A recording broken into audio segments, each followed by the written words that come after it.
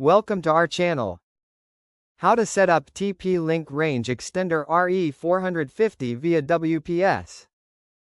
Plug in the extender. Connect your TP-Link RE450 to a power outlet near your main Wi-Fi router and wait for the power LED to turn solid blue.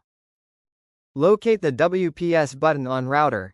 Find the WPS button on your router, usually on the back or side, that allows secure connection without a password. Press WPS on router. Press and hold the WPS button on your router for about 2 to 3 seconds to start the connection process.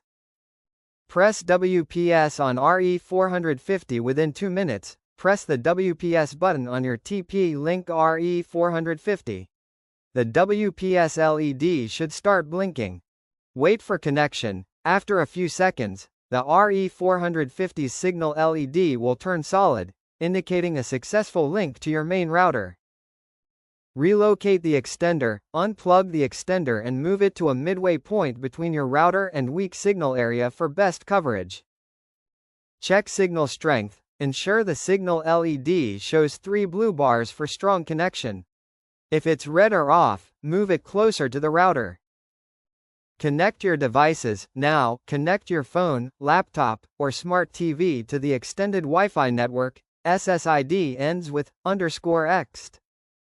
Access settings, optional. Open the TP-Link Tether app or visit TP-Linkrepeater.net to manage or rename your extended network.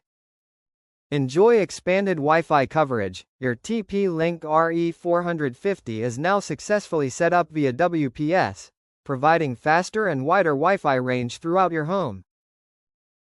Thank you for watching.